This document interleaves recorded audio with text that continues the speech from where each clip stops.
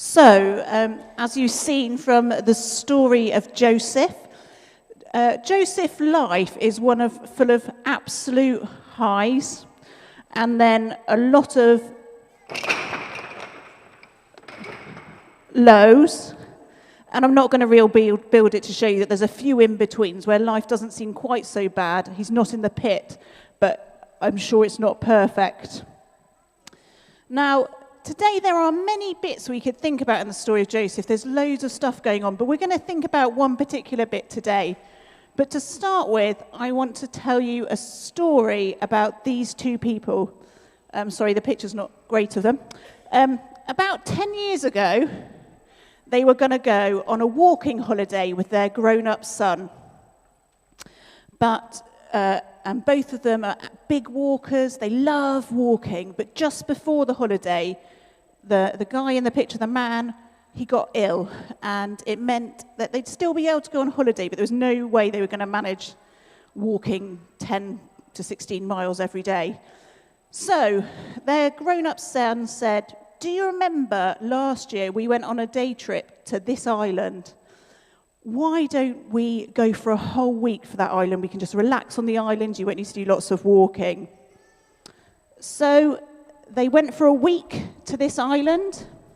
And while they were there, they were thinking about their coming retirement. They were near retirement age, and they were wondering what they were going to do and where they were going to live, because their house that they currently lived in came with their jobs. And while they were on this island, they felt God say to them, this is where they were meant to go. They were meant to move to this island. So a year after their holiday to the island, they moved there. So this is a boat taking them to... Oh, it stopped working. Oh, no. Here we go. That's the boat taking them and all their stuff going. And so they moved there, and they've been there for the last 9 years. But not only have they moved there, God has used them incredibly on that island to bless the other islanders.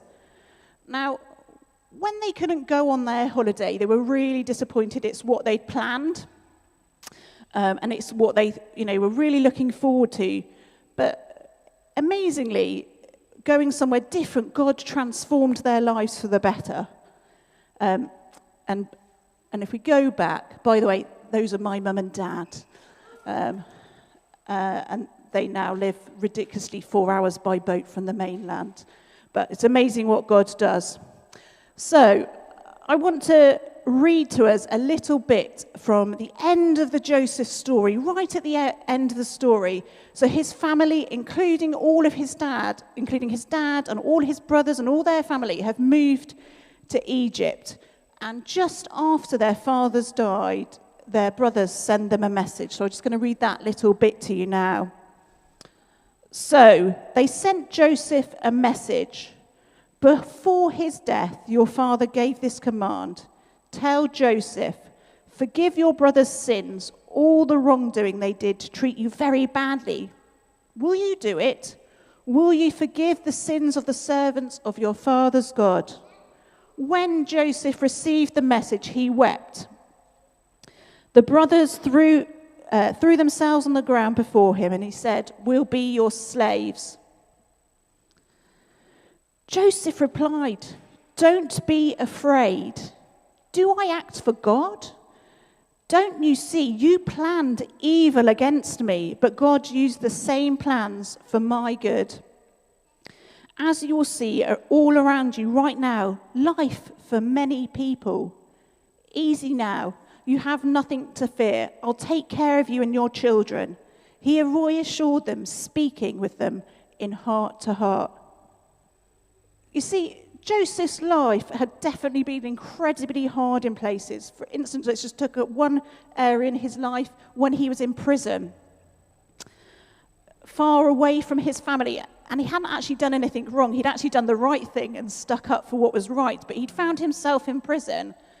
And I'm pretty sure he must have thought, what on earth is going to happen? I'm stuck here in prison. How can anything good ever come out of this? And I'm pretty sure he was very sad. And yet, the most amazing thing happened. He was released from prison, because the cupbearer, which they called the servant in the video, who'd been in prison with him, remembered that God had given Joseph that ability to interpret dreams. And when Pharaoh was troubled by his dreams, Joseph got released from prison. And so even though he was in prison, and he'd met the cupbearer, which meant he led to his release. And not only was he released from prison, but he's now second in charge of the whole of Egypt. But not only that, he's reunited with his family. His family, which I'm pretty sure when he came to Egypt as a slave, he never thought he'd see again. Now, I'm not sure whether he wanted to see his brothers again when they'd sold him into slavery, but he forgives them at the end of what I've just read. Actually, he forgives them. But I'm sure all that time in Egypt, he was longing to see that father. He had that incredible relationship with him.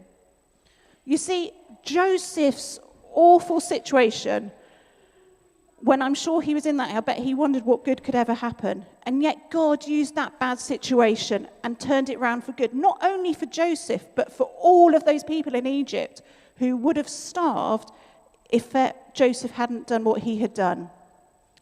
And so the passage, Joseph recognized what God had done. The passage we just read, Joseph says, I recognize that what was planned for me, i.e., he says by man, but by his brothers, had planned for bad, God has turned round for good. Now, the same can be true in our lives. Often when we're in those bad situations, wherever we're at, it can feel hard to know how anything good can happen. But God can turn those things around. Now, I want to finish on a little story, a personal story of my own. So if you're at school, because it's about me being at school, it might help you. And if you've been to school, the rest of you, it might help you too. Now, when I was at school, I really struggled with school. I really struggled to learn to read and write because I'm dyslexic. And so when I went to secondary school, I could barely read or write. And if you can't read and write at secondary school, you can't actually really do any subjects. And I found it really hard, but I did have some amazing teachers, and I left being able to read and write. But I felt very let down, and it also meant that I left with really not very great grades. And when I was 19, I applied to go to work for a charity that sent people to work for people in churches, mainly churches, but a few charities.